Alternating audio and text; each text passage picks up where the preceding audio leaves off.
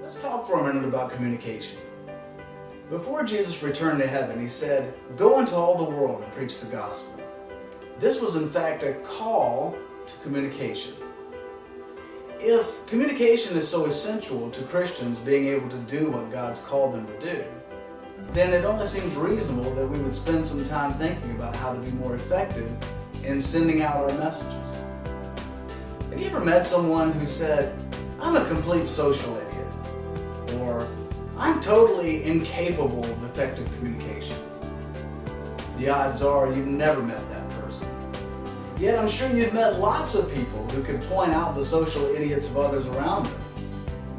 The reason is because people typically think that they're excellent communicators and that it's everyone else who just doesn't understand. Think for a moment about a child. A child's born into the world not knowing anything about communication. Whenever he wants something, he cries, and mom comes running. As the child grows, he learns that crying is the way, in fact, to get what he wants. When he gets about 3, 4 years old, he goes to the grocery store and he doesn't get the cookies he wants, and he begins to cry, throw himself down on the floor, and make a real tantrum. As the child grows, he watches mom and dad and how they communicate, and he learns most everything in the beginning stages of communication from mom and dad. But what if mom and dad are poor communicators?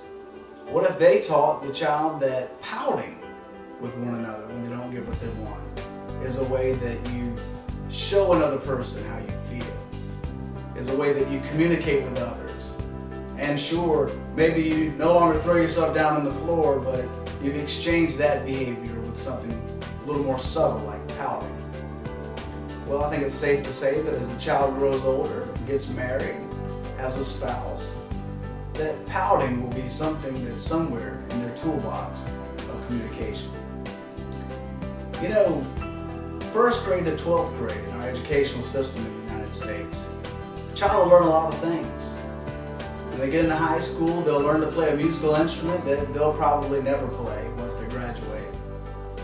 They'll learn to work algebraic equations, which they'll probably never use again once they graduate. And yet, they will not have taken one class in communication.